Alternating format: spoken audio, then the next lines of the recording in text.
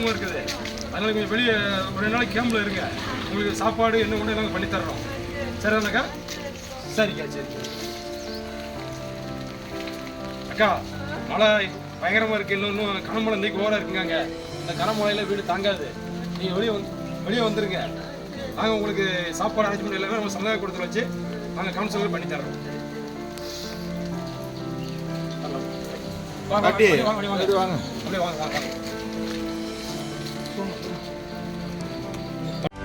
செய்திகளை உடனுக்குடனும் துல்லியமாகவும் தெரிந்து கொள்ள சப்ஸ்கிரைப் பண்ணுங்க.